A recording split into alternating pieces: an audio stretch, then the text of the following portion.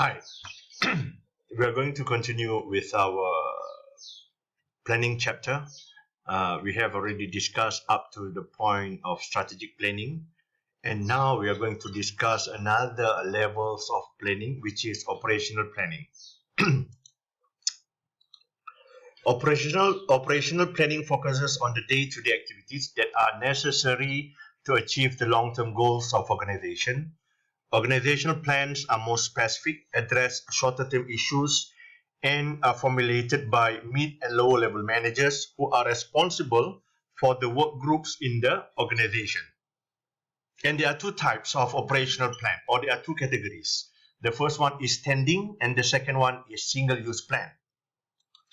Standing plans are designed to deal with recurring issues, problems, issues that occur frequently, and they include policies, procedures, and rules. And why do we need to have this? Because this can speed up the decision-making process. For example, policies.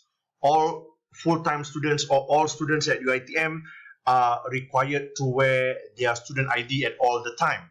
So if they don't wear the student ID, we can summon them. We can provide a ticket for them.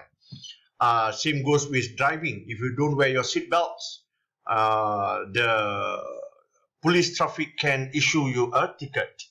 And this is the general guidelines that govern how certain organizational situations will be addressed. The most common one of a policy that we can identify, that we can clearly observe, is when we go to supermarket, shopping malls, where you can look at this one simple policy: once broken, considered sold.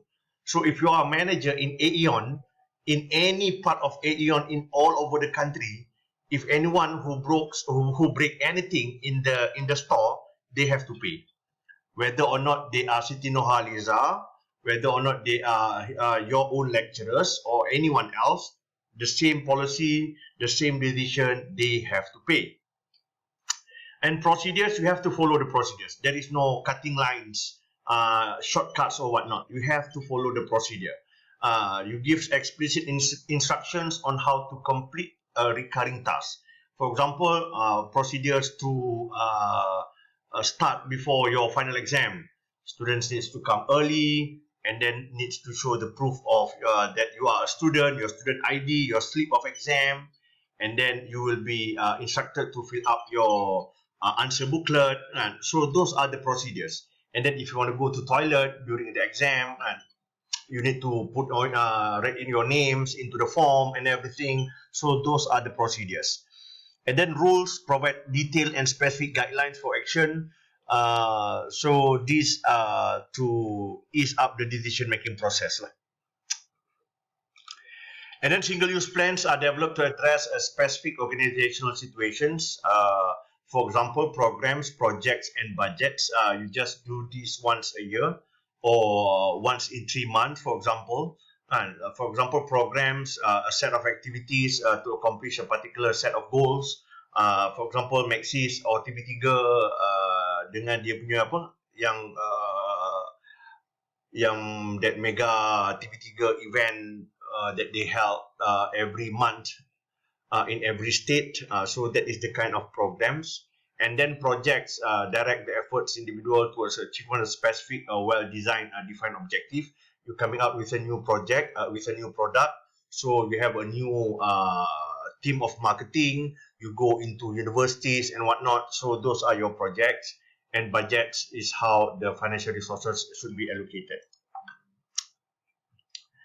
And then we also have individual plans. Excuse me. Increasingly, organizations are looking for ways to translate broader organizational plans to the level of individual employees. So we have this management by objective and balance scorecard that we can use. You can look into your textbook in terms of the application of management by objective and balance scorecard. Balance scorecard, we have 4 different areas that we are going to evaluate each employees, and management by objective, in which the manager and employees sit together, identify what sorts of objective KPI that you need to be doing for the whole year, for the next 6 months. And then after 6 months, we are going to evaluate again and re-evaluate balik the objective that we have already set. So that is the management by objectives. And then we go next to the barriers of effective planning. Of course, number one, why people don't plan, because it requires demand of your manager's time. As managers, we have a lot of things to do.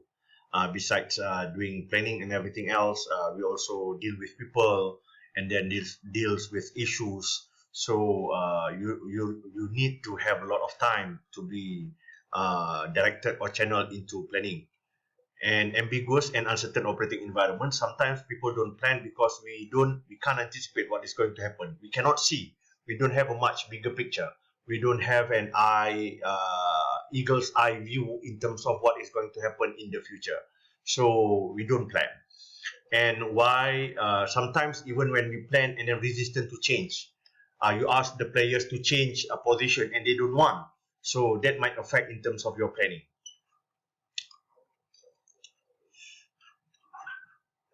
So managers resistant to plan, fear of failure, lack of knowledge, insufficient environment, lack of confidence. That's why sometimes we refuse to plan.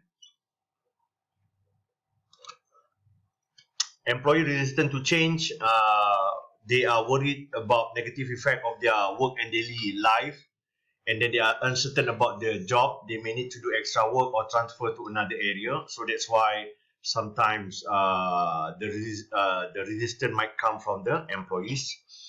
And last one is that overcoming the barriers to planning, you need to learn on how to apply the managerial functions better. You need to involve employee in the decision making.